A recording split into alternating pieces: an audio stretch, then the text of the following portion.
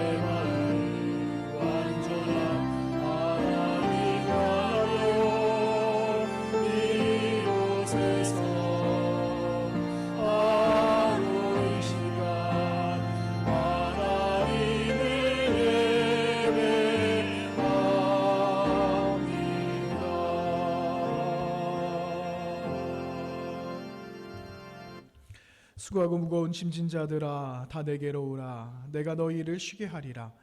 나는 마음이 온유하고 겸손하니 나의 멍에를 메고 내게 배우라. 그리하면 너희 마음이 쉼을 얻으리니 이는 내 멍에는 쉽고 내 짐은 가벼움이라 하시니라. 아멘. 인생의 주인이 되시는 하나님 아버지, 한 주간도 주님의 사랑을 베풀어 주시고 다시 은혜의 자리에 나오게 하시니 감사합니다.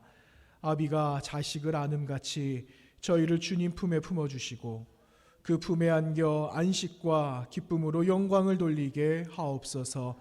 죄로 인해 죽을 수밖에 없는 저희를 그리스도 예수의 십자가로 살리시고 보배롭게 하셨으니 값없이 받은 은혜에 감사하게 하옵소서. 오늘도 죄와 무거운 짐으로 고통 속에 있는 자들을 자유케 하시고 주님 안에 참 자유와 회복을 경험하는 예배의 자리 되게 하옵소서. 오직 믿음으로 드리는 예배를 받아주시고 주님 홀로 영광 받아 주옵소서. 예수님 거룩하신 이름으로 기도하옵나이다. 아멘. 찬송가 364장으로 경배 찬송 하나님께 올려드립니다.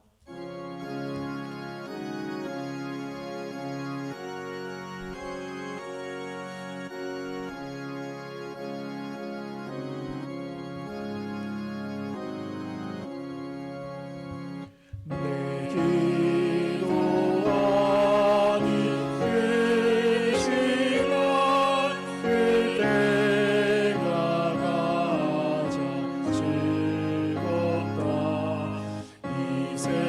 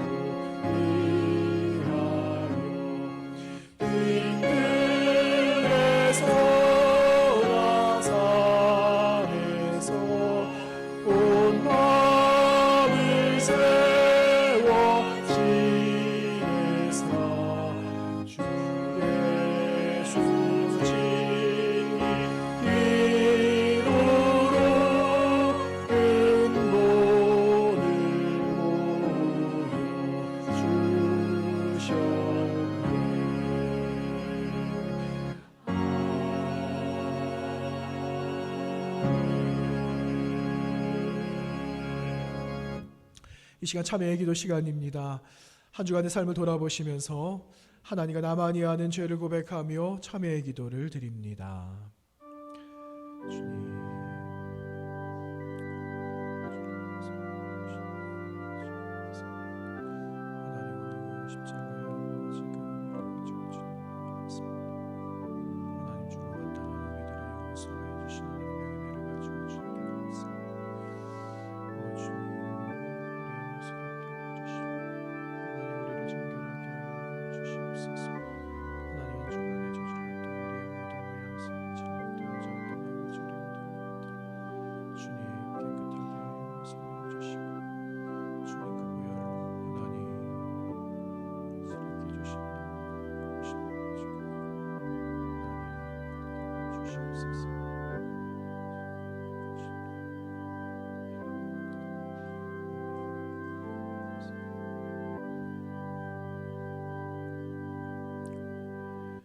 우리를 용서해 주시는 하나님의 말씀은 구약성경 에스겔서 33장에 있는 말씀입니다. 생명의 율례를 지켜 행하여 죄악을 범하지 아니하면 그가 반드시 살고 죽지 아니할지라. 그가 본래 범한 모든 죄가 기억되지 아니하리니 그가 반드시 살리라. 이는 정의와 공의를 행하였음이라. 아멘. 우리의 죄를 용서해 주심을 믿으면서 사도신경으로 우리의 신앙을 함께 고백합니다. 나는 전능하신 아버지 하나님, 천지의 창조주를 믿습니다. 나는 그의 유일하신 아들 우리 주 예수 그리스도를 믿습니다. 그는 성령으로 잉태되어 동정녀 마리아에게서 나시고 본디오 빌라도에게 고난을 받아 십자가에 못 박혀 죽으시고 장사된 지 사흘 만에 죽은 자 가운데서 다시 살아나셨으며 하늘에 오르시어 전능하신 아버지 하나님 우편에 앉아 계시다가 거기로부터 살아있는 자와 죽은 자를 심판하러 오십니다. 나는 성령을 믿으며 거룩한 공교회와 성도의 교제와 죄를 용서받는 것과 몸의 부활과 영생을 믿습니다. 아멘. 자리에 앉으셔서 찬송가 440장으로 하나님께 찬양 올려드립니다. 440장입니다.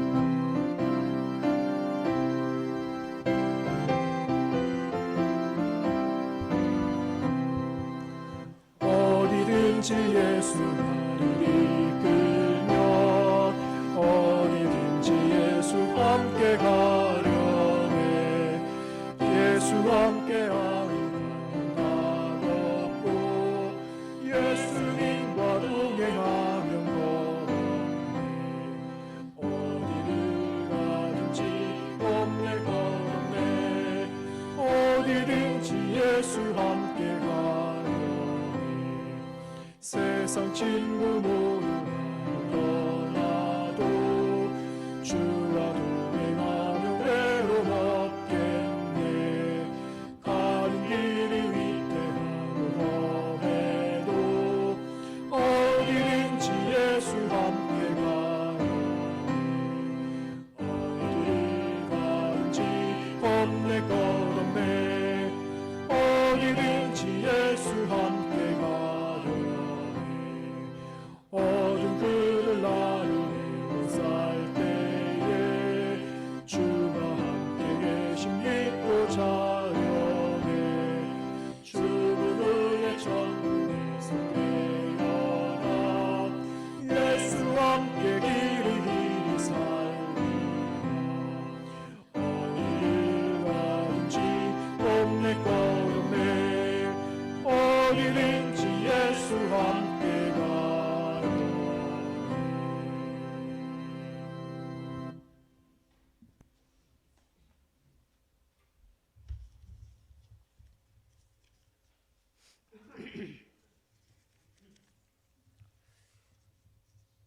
찬양받기에 합당하신 거룩하신 아버지 하나님이 보좌 앞에 나와 주님을 경배할 수 있게 하시니 감사를 드립니다.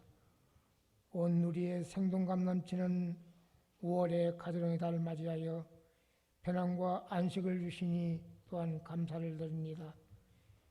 저희들 살아가면서 세상적인 방법을 앞세우며 죄악 가운데 살아왔습니다. 나의 가치 기준으로 이웃을 판단하고 정죄하였습니다. 이 시간 회개하오니 용서하여 주시고 주님의 보혈로 깨끗하게 씻어 주시옵소서. 이 나라 이 민족을 살아가시는 거룩하신 아버지 하나님, 흑암에 덮여있던 이 나라 이 백성을 구원하시려고 이 땅에 많은 선교사들이 보내주시어 복음의 씨를 뿌리게 하시고 열매를 맺게 하시니 무한 감사를 드립니다. 온 지구촌에 묻 죽어가는 영혼을 구원케 하시고 파송한 선교사들에게 힘과 권능을 주셔서 주님 앞에 영광 돌리게 하여 주옵소서. 신종 코로나19 바이러스로 인해 참으로 어렵고 참담한 지구촌을 바라볼 때에 지혜롭게 대처하는 국가 지도자들에게 지혜와 용기를 더해 주시고 현장에서 위험을 감수하며 투신하고 있는 모든 관계자들을 보호하여 주시옵소서. 특별히 이런 상황에서도 더 큰 위험에 노출되어 있는 가난하고 소외된 사회적 약자들을 더 잘 돕고 보호하여 주시옵소서. 비온 뒤에 땅이 굳어지는 진리를 우리가 알고 있듯이 온 나라가 이 어려운 시기를 잘 이겨내고 함께 노력하여 위기를 기회로 삼아 대한민국이 생명과 이웃의 사랑으로 연대의 중요성을 깊이 깨달아 알게 하시어 배려와 돌봄으로 희망을 나누는 나라가 거듭나게 하여 주시옵소서.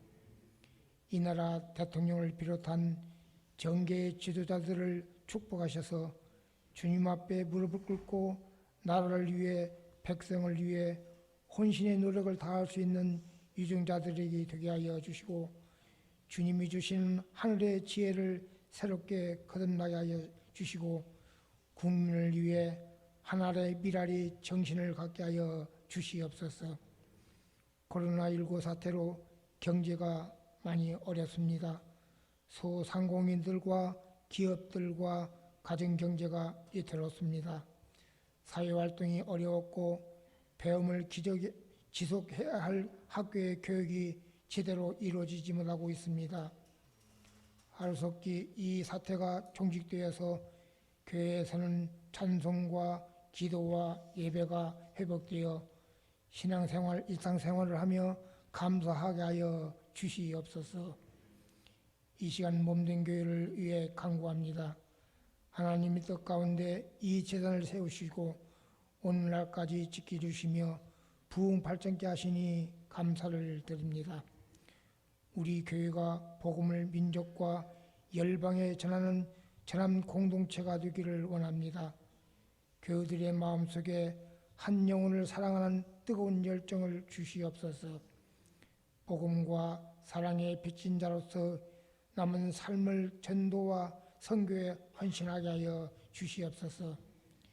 이 시간에도 병마와 싸우며 고통 중에 있는 심령들에게 위로와 새해 힘을 주시고 신앙 중에 낙심하고 실망한 심령들에게 임하셔서 주님의 크신 사랑을 다시 체험하는 은혜의 시간이 되게 하여 주시옵소서.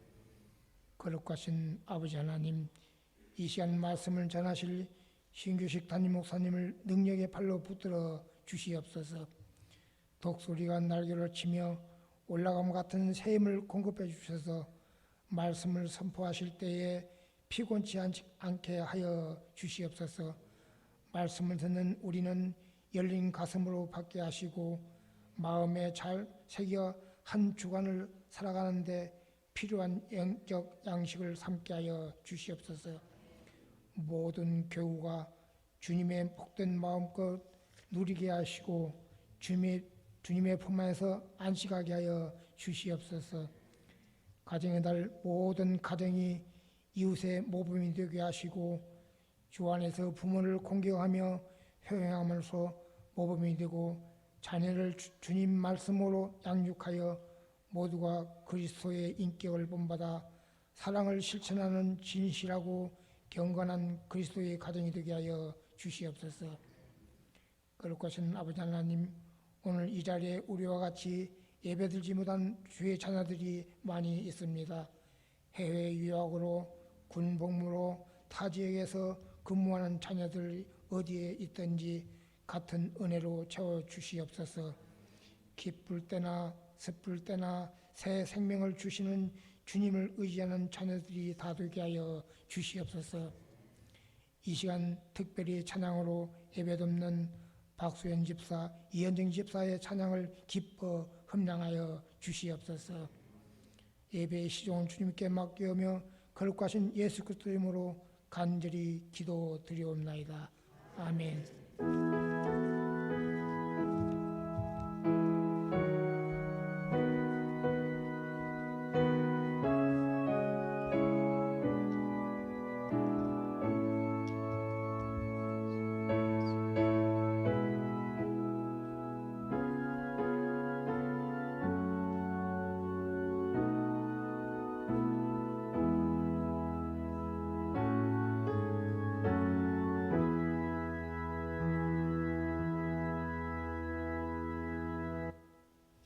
오늘 하나님이 우리에게 주신 말씀은 베드로전서 4장 12절에서 14절 말씀입니다. 신약성경 381페이지입니다.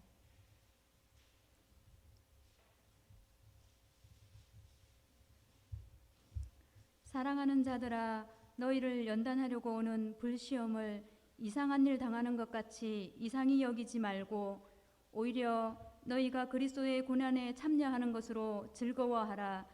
이는 그의 영광을 나타내실 때에 너희로 즐거워하고 기뻐하게 하려 함이라. 너희가 그리스도의 이름으로 치욕을 당하면 복이 있는 자로다. 영광의 영 곧 하나님의 영이 너희 위에 계심이라. 아멘.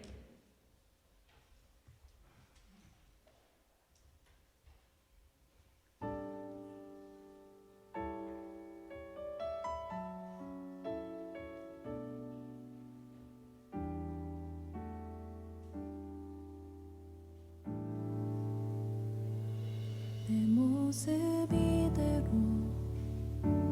사랑하시네. 연약함 그대로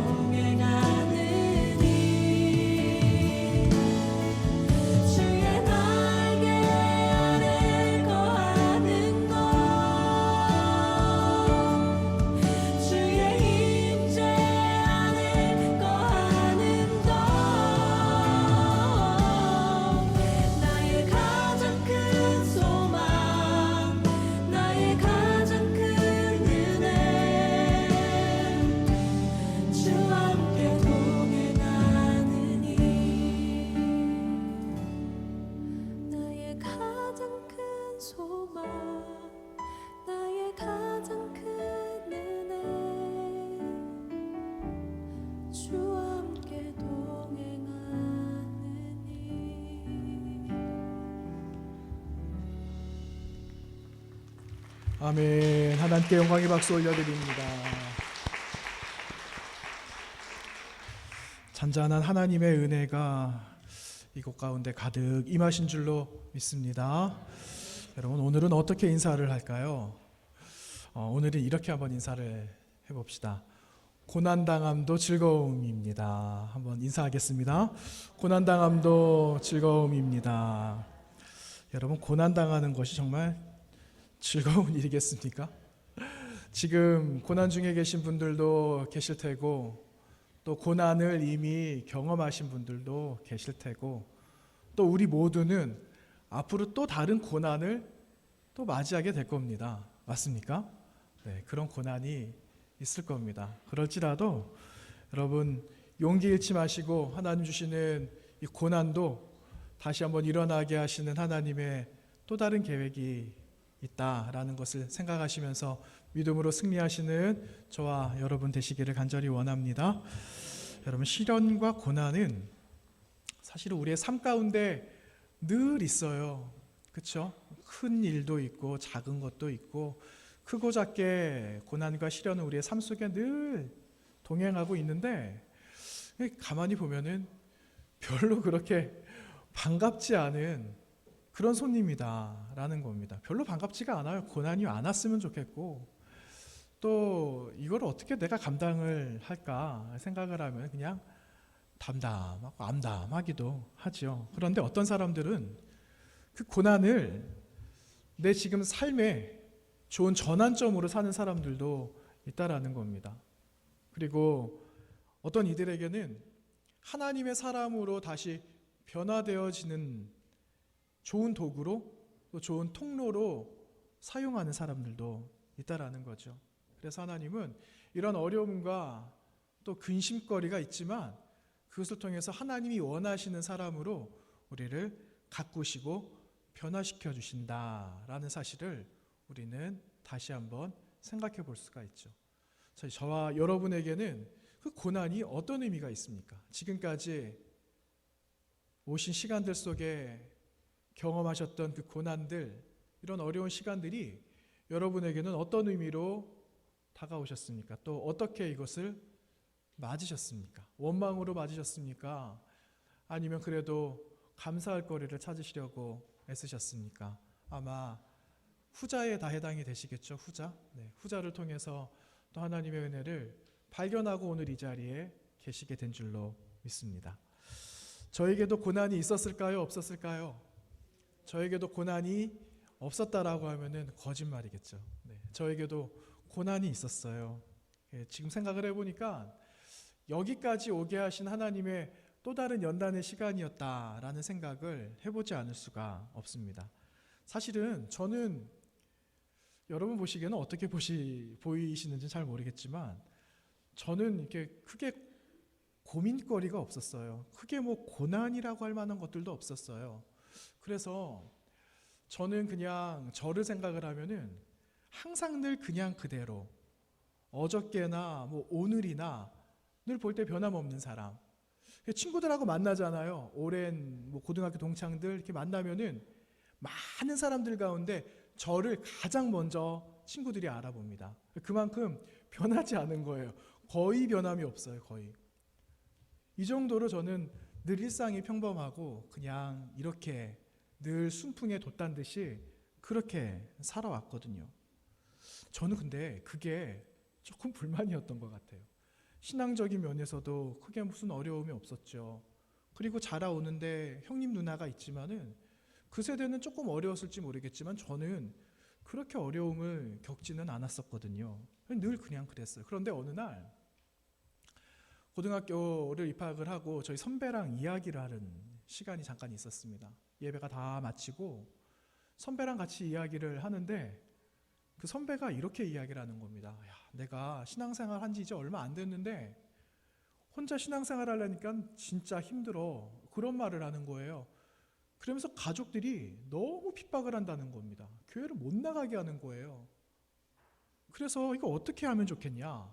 그런 이야기를 했어요. 저는 경험을 해보질 않았으니 뭐라고 이야기를 하겠습니까? 식상하게 또 이야기를 했겠죠.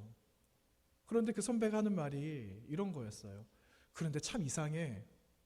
그럴 때일수록 하나님이 은혜를 주시더라. 그런 가운데 어떻게 하나님께서 그 기회를 주시더라.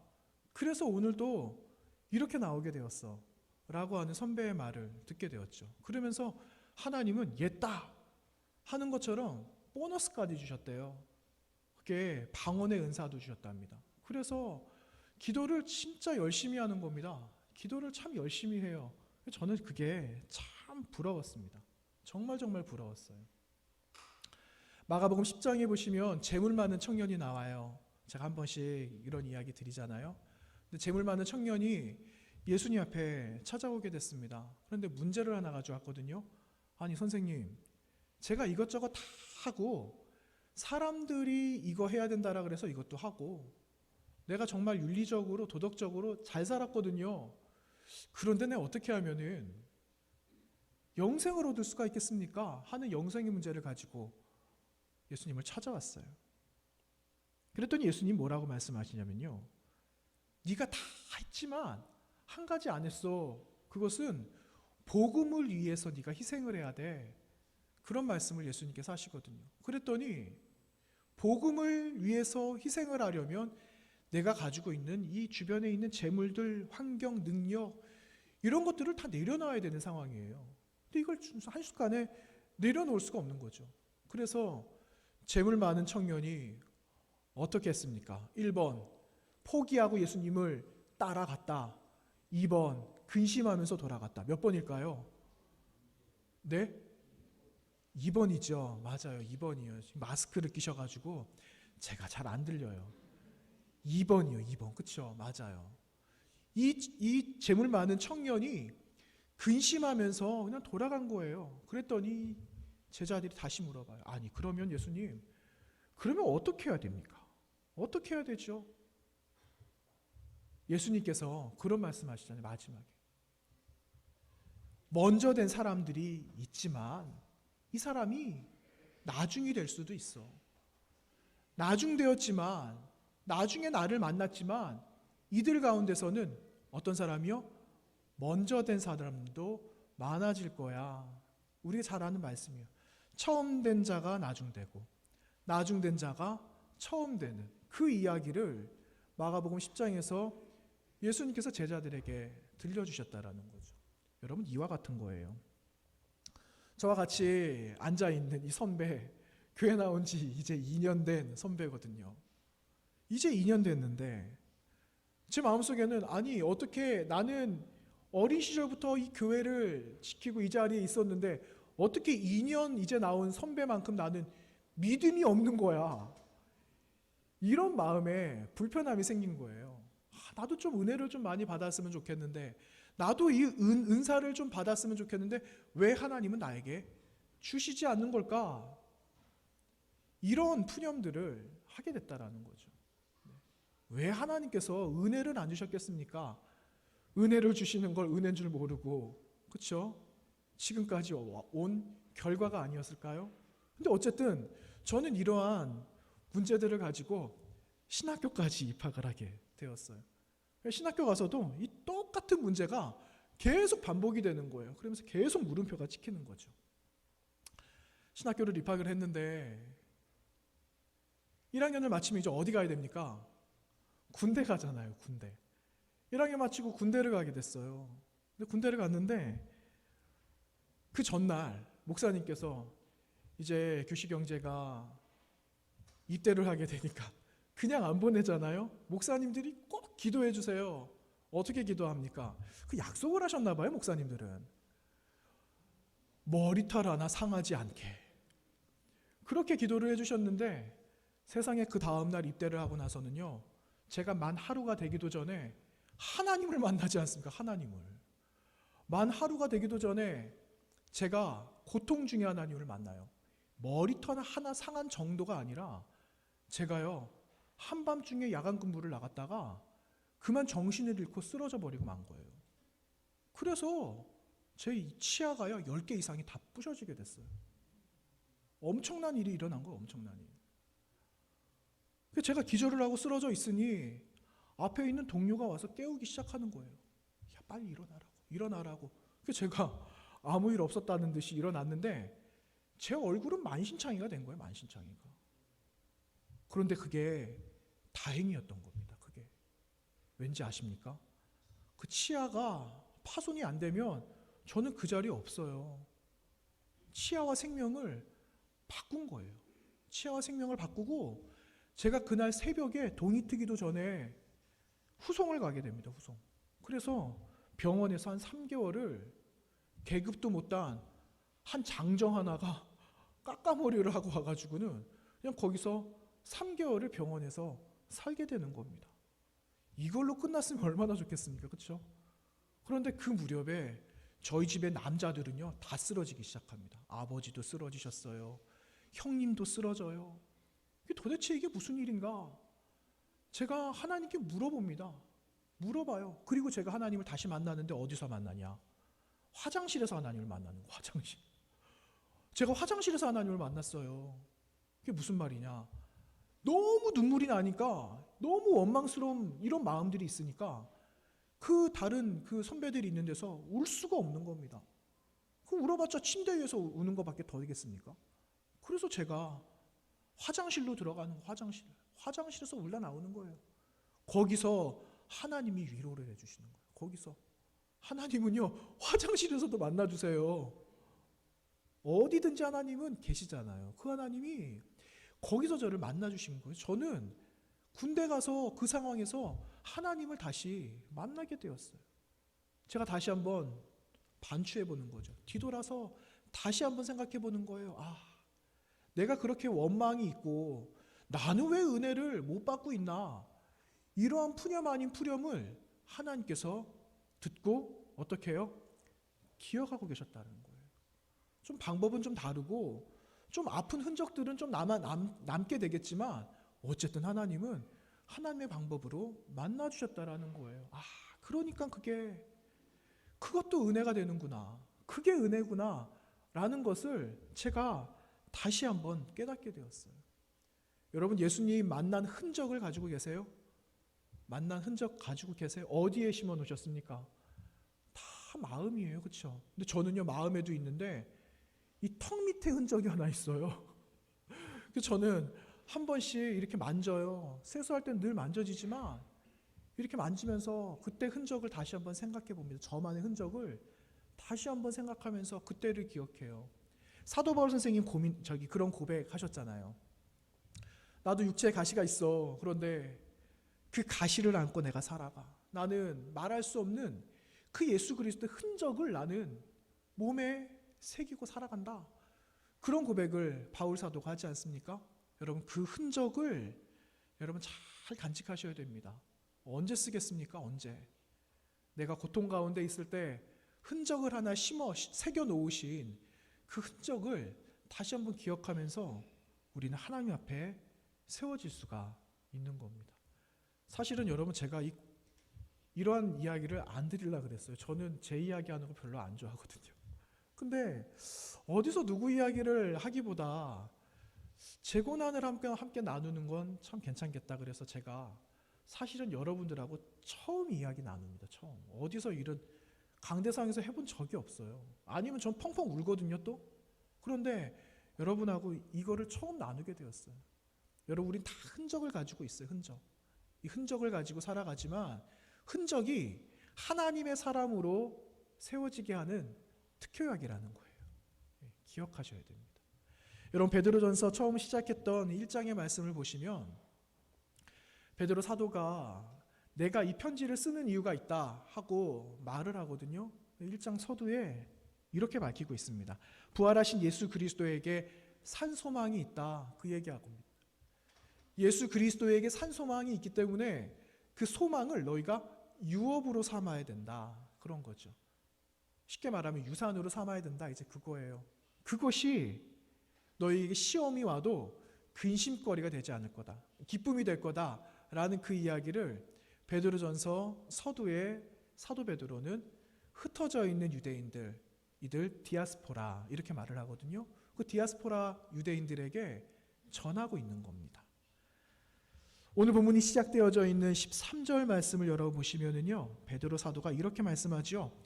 오히려 너희가 그리스도의 고난에 참여하는 것으로 어떻게 하라고 기록합니까? 즐거워하라. 여러분 즐거워하실 수 있으시겠습니까? 아멘. 여러분 즐거워하십시오. 즐거워하라. 그렇게 사도 베드로가 이야기합니다. 이 말은요, 이미 경기가 시작되었어. 너희가 경기 안에 들어와 있다, 이 말이에요. 고난이 이미 시작이 되었어. 너희가 그 고난 안에 머물러 있는 거야. 그러니 그 고난이 낯선 것이다, 처음 받는 것처럼 여기지 마라, 이상한 것으로 생각하지 마라 하는 그러한 권면의 말씀이라는 겁니다. 사람들이 잘못 알고 있는 한 가지 사실이 있습니다. 뭐 그것만이겠습니까? 그런데 여러분, 사람들이 예수를 믿으면 복을 받는데요. 여러분 정말 그렇습니까? 예수를 믿으면 복을 받습니까? 결과적으로 볼 때는 복된 삶을 살아가는 거죠. 그렇지만 예수 그리스도를 알지 못할 때 예수를 믿으면 복을 받는데 하고 오신 분들은 정말 복을 받을 거라고 생각을 해요. 그 복은 세상에서 말하는 복이에요. 건강하고 걱정 없이 살아가는 거, 우리 자녀들 잘 되는 거, 좀 윤택하게 좀 가진 것도 좀 많지는 않아도 걱정 없이 살아가는 거, 이런 복이라고 생각을 하거든요. 그런데 여러분, 사실은 그렇지 않아요. 예수를 믿으면 그러한 복도 물론 있습니다. 그렇지만 그것이 전부가 아니다라는 걸 우리는 알고 있죠. 그건 줄 알고 이 자리에 나왔는데 무슨 복은커녕 도대체 내 삶이 왜 이런지 모르겠어. 왜 이렇게 힘든지 모르겠어. 예수 믿고 더 힘들어졌어. 이런 말 들어보셨습니까? 저 여러분 그런 말 들어봤어요. 그런 말 들어봤거든요. 정말 그렇대요. 근데 여러분, 그 말이 공교롭게도 맞다라는 거예요. 예수 믿기 전에, 예수 그리스도가 나의 구주가 되기 전에 우리가 누구였습니까? 우리가 갈 곳이라고는 천국이 아니었거든요. 지옥에 갈 만한 이 사람들을 마귀는 예수에게 뺏겼으니 가만히 놔둘 리가 없는 겁니다. 그렇죠? 너 교회 나가? 그래, 내가 어떻게 하는가 한번 봐라.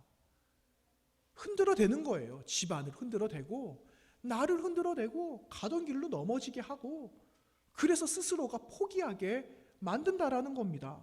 그런데 여러분, 하나님이 주시는 복은 잘 먹고 잘 사는 내 눈에 보여져 있는 복뿐만 아니라 하나님께서 연단시키는 과정 속에 정말 하나님이 주시는 복이 무엇인지를, 그 비밀을 알게 될 때 복 이상의 그 복을 우리에게 주신다라는 사실을 여러분 믿으시기 바랍니다.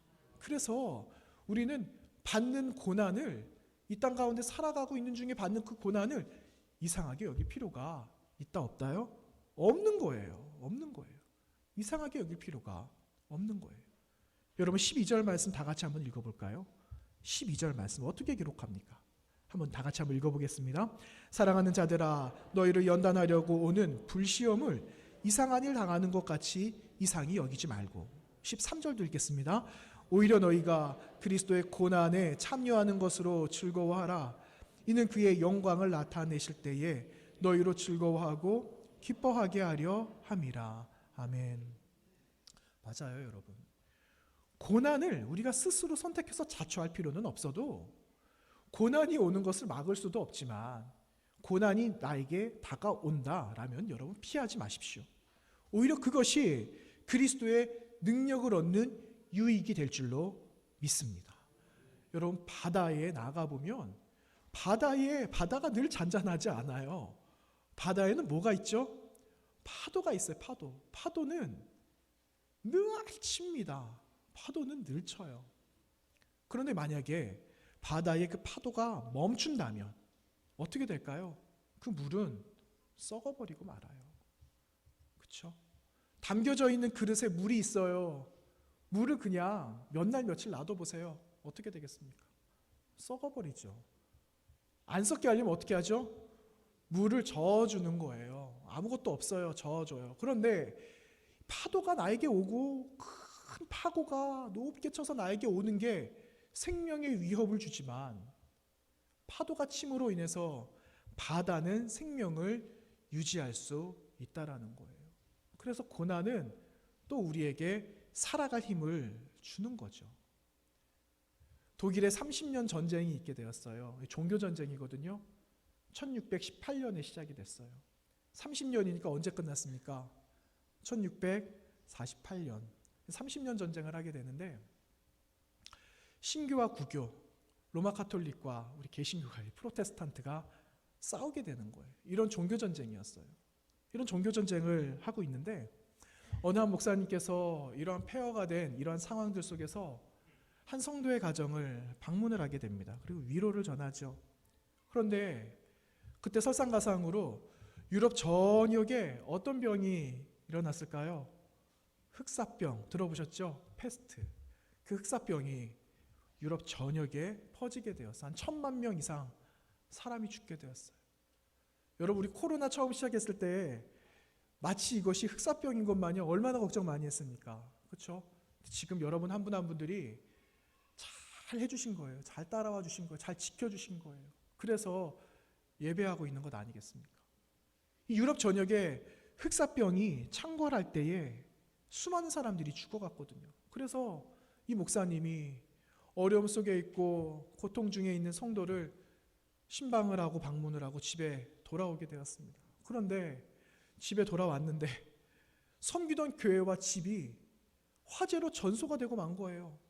목사님이 너무 놀라서 한 걸음에 집 안으로 들어갔는데 두 아들이 있었거든요. 두 아들이 서로 이렇게 껴안은 채로 수덩이가 되고 말았어요. 수덩이가.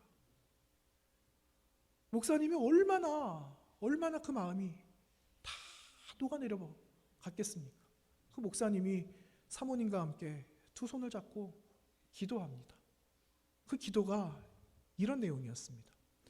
내 주여 뜻대로 행하시옵소서. 내 몸과 영혼을 다 주께 드리니 이 세상 고락간 주 인도하시고 살든지 죽든지 뜻대로 하소서. 여러분 이거 찬송 아니에요? 그렇죠? 찬송이죠. 찬송가 549장에 있는 이 찬송이에요. 나중에 부를 겁니다. 그런데 이 기도문을 쓰신 이 목사님 벤자민 슈몰크라는 목사님인데 이 목사님이 마음의 고백을 담아가지고 이러한 기도 제목으로 남겼더니 거기에 곡조를 달아서 549장 찬송가가 탄생하게 된 겁니다. 사랑하는 여러분, 베드로 사도는 고난에 참여하게 된 것을 축하하고 있어요. 저와 여러분이 고난에 참여하게 된 것을 기뻐해라 이렇게 권면하고 있는 것은 그것이 능력이기 때문에 그렇다라는 사실이에요. 단지 예수 그리스도를 통해서 구원받은 것으로 그냥 끝나는 것이 아니라 소망에 이르기까지, 소망에 이르려면 얼마나 많은 싸움을 싸워야 됩니까?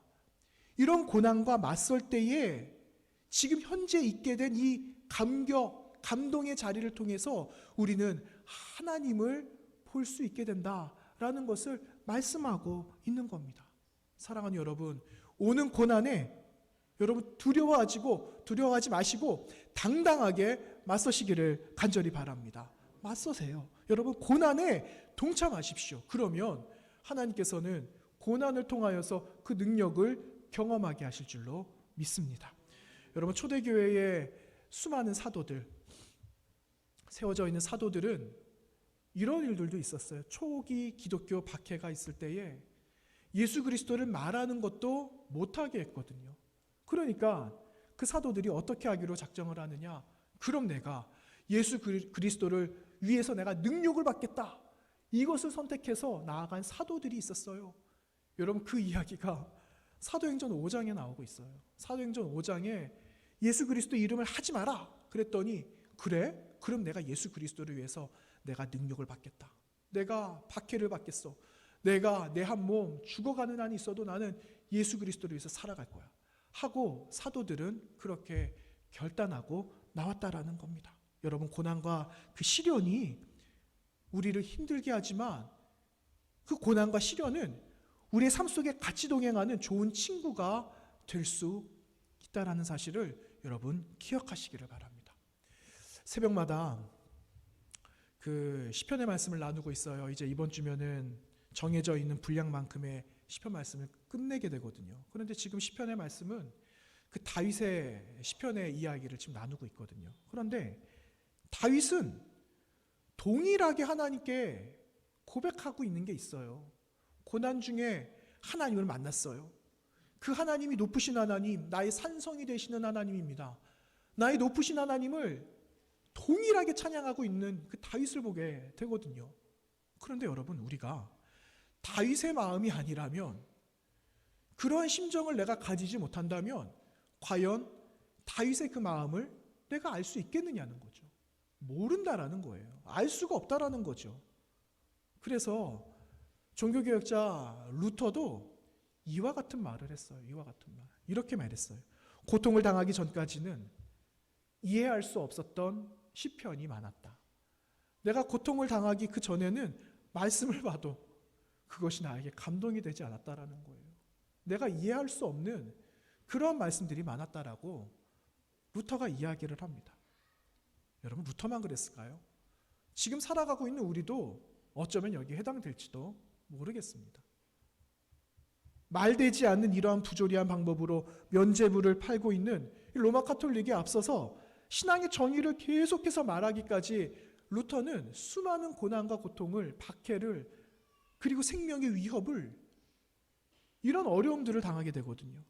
이 말로 설명할 수 없는 이런 고통의 시간들을 지금 보내고 있는데, 이러한 것 가운데 그 말씀을 내가 받은, 그 말씀을, 그 마음을, 다윗의 마음을 이제 내가 알아갈 때, 평온할 때 내가 알지 못했던 그 하나님을 비로소 내가 지금 알게 되었다라고 루터는 이야기를 했다라는 겁니다.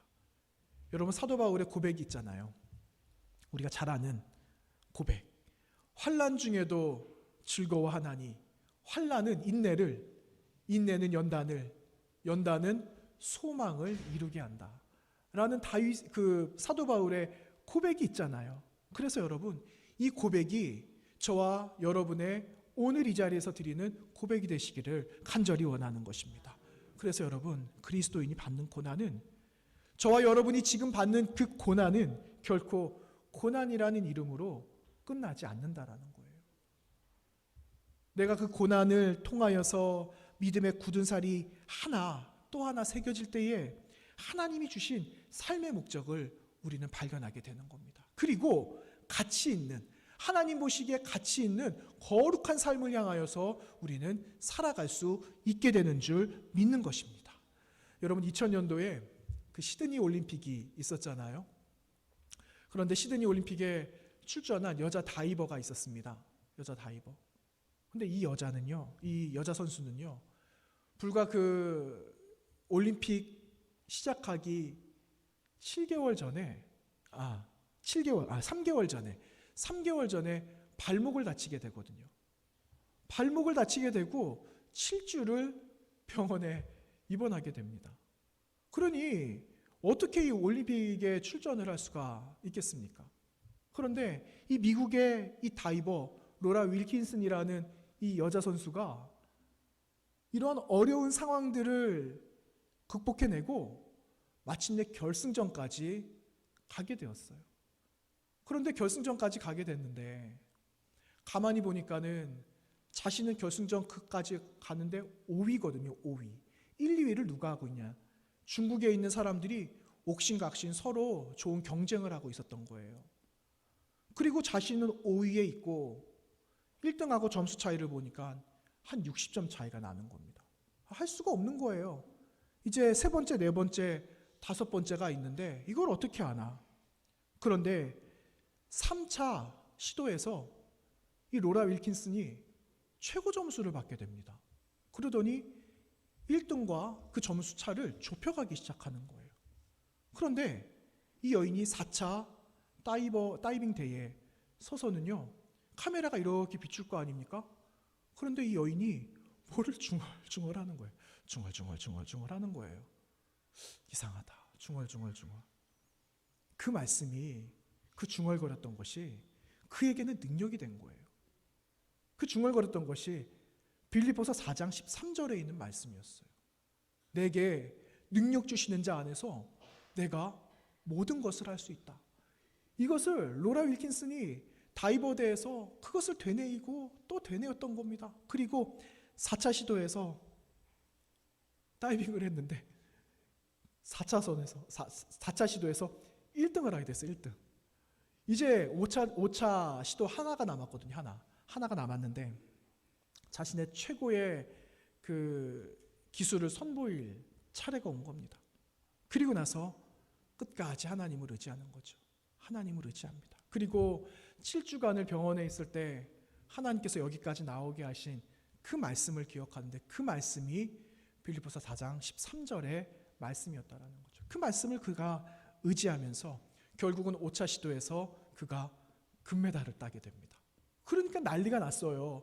5위에 있었던 사람, 무려 1등과 60점 차이가 났던 이 사람이 어떻게 이거 대반전을 일으킬 수가 있었냐는 거죠. 비결이 무엇입니까? 라고 취재진이 와서 질문을 하니까 로라가 이렇게 말을 해요.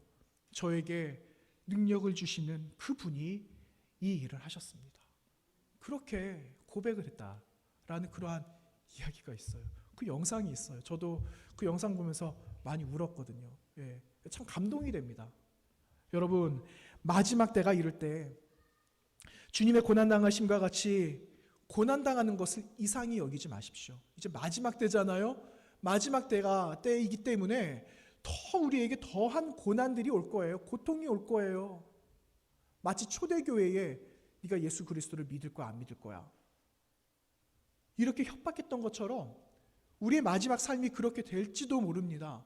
그럴 때 여러분 그렇게 고난이 오는 것을 이상하게 여기지 마시고 기꺼이 그 고난에 참여할 수 있는 우리 모두가 되시기를 간절히 축원합니다. 여러분 시련은요 영적인 풍요를 갖춘 성숙한 하나님의 사람이 되게 합니다. 그리고 잘 훈련되어져 있는 그 인격, 이 성품은요 우리가 신앙의 좋은 면을 가진 훌륭한 사람으로 세워지게 한다라는 거죠. 그래서 여러분 이런 좋은 모습을 갖추셔서 연약한 중에 고통 중에 넘어져 있는 자들이 우리를 바라보면서 세임 얻고 영광의 자리로 나아갈 수 있도록 여러분 이번 한 주간도 그 믿음으로 살아가시는 저와 여러분이 되시기를 간절히 원하는 것입니다. 이번 한 주간 하나님을 의지하시고 믿음으로 고난 가운데도 즐거워하는 믿음의 사람들이 다 되시기를 주님의 이름으로 축원합니다. 함께 기도하겠습니다. 하나님 아버지 감사합니다. 주의 말씀의 자리에 불러주시고 말씀으로 힘을 얻게 하여 주시고 위로하시는 하나님의 손길을 얻게 하여 주시니 고맙습니다. 우리를 만져주시는 하나님의 놀라우신 그 능력이 이번 한 주간 또한 주님께서 부르시는 날까지 살아가게 하여 주시고 고난도 즐거워하고 시련도 마땅히 이겨내므로 우리가 더 성숙한 그리스도인으로서 아름답게 살아가게 하여 주옵소서. 예수님 거룩하신 이름으로 기도하옵나이다. 아멘. 주신 말씀 생각을 하시면서 549장 함께 찬송하도록 하겠습니다.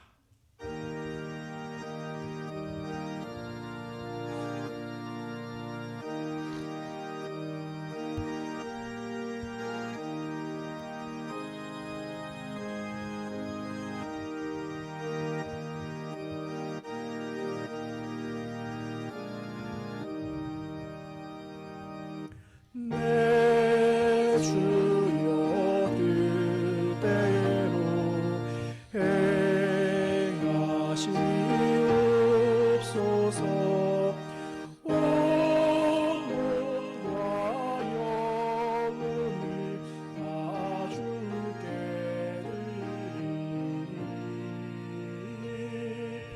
이 세상 고락한 주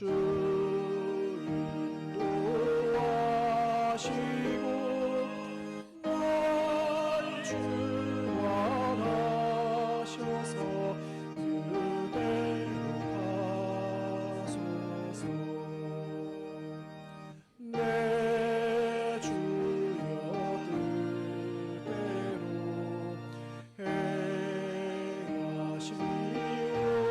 행하시옵소서. 그 빛이 주에도 낙심케 하소서. 주님도 때로를 울리하셨네.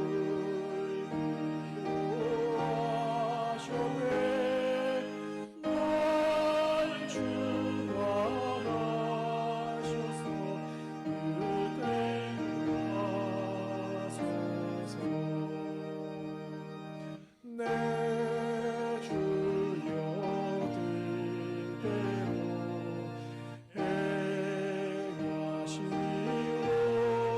내 모든 일들을 다 주께 맡기고 저 전소 향하여 고요히 가리니 살든지 죽든지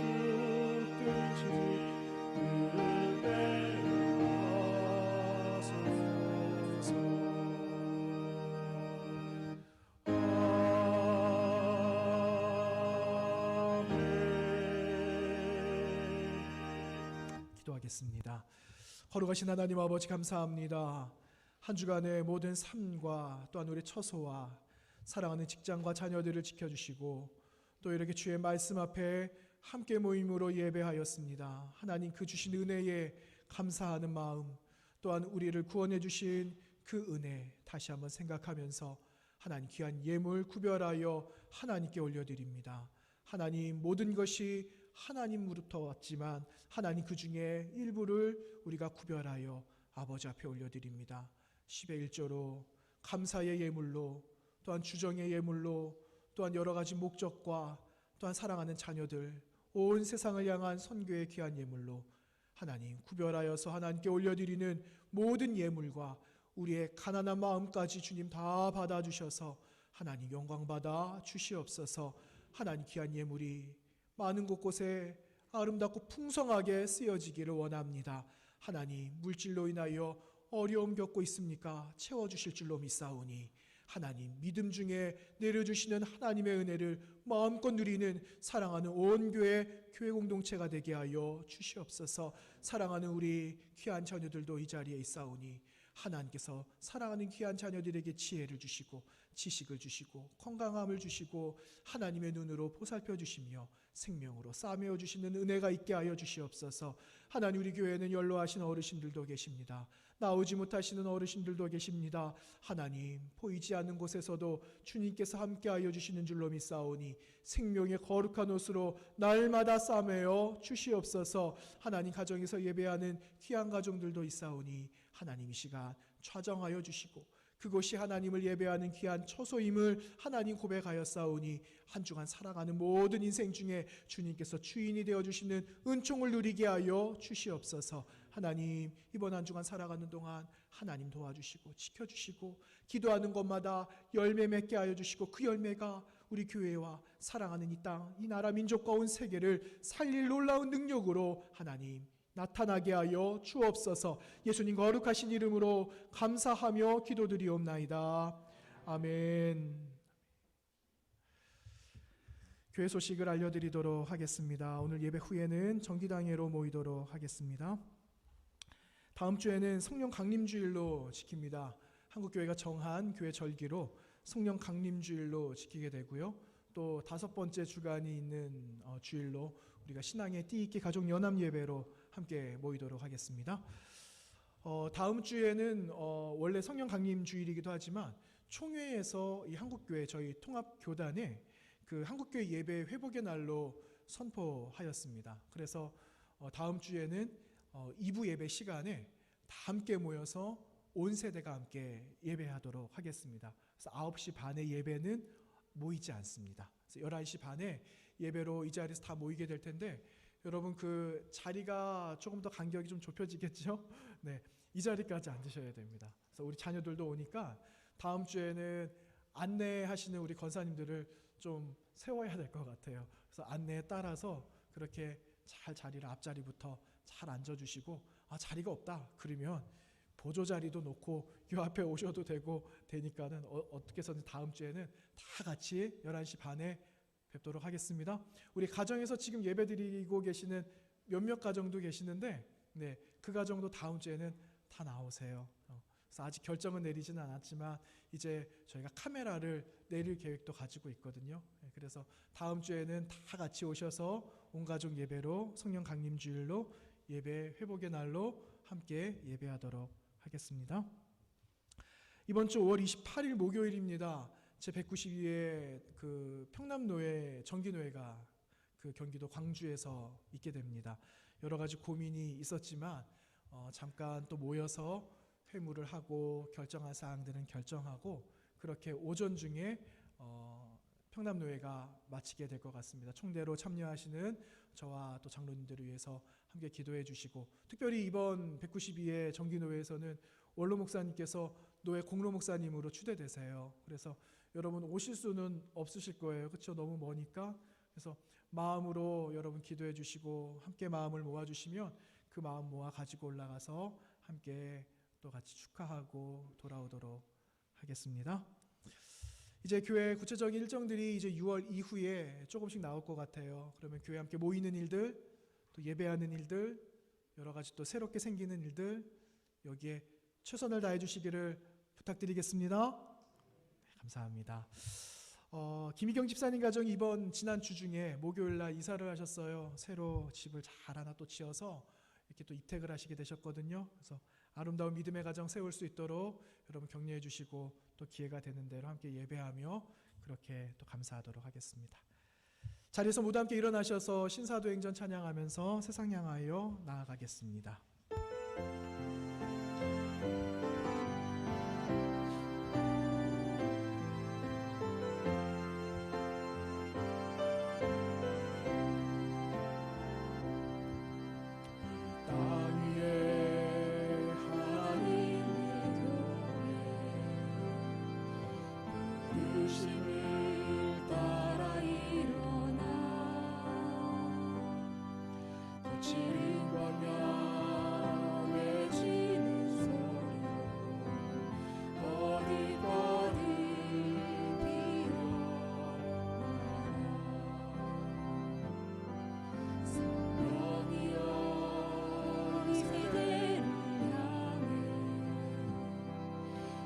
진리를 선포케 하소서. 십자가에서 죽으신 그 사랑, 우리 사랑 되게 하소서.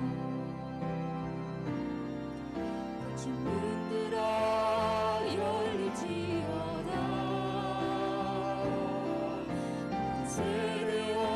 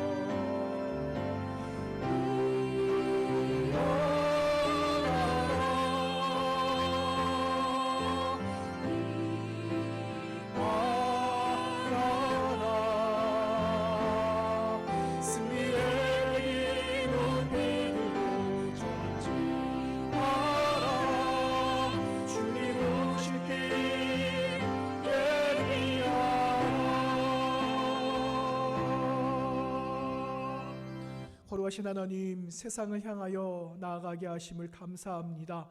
새로운 기회 속에 믿음의 선용을 펼치며 주님 주신 이 귀한 역사를 살아가게 하여 주시옵소서. 이제는 우리 구세주 예수 그리스도의 은혜와 하나님 아버지의 크신 사랑과 성령 하나님의 교통하심이 고난과 시련, 고통 중에서도 하나님을 바라보고 그것이 나를 향한, 교회를 향한, 우리 모든 공동체를 향한 하나님의 비밀스러운 일임을 다시 한번 기억하면서 그 안에 부르심 속에 기뻐하고 즐거워하며 믿음 가운데 다시 한번 영광 가운데 나가기를 소원하고 다짐하는 사랑하는 모든 성도들 머리 위에 사랑하는 자녀들의 앞날과 또한 하시는 많은 일들과 가정과 이 나라 민족 온 세계 가운데 이제부터 영원토록 함께하옵시기를 간절히 축원하옵나이다. 아멘.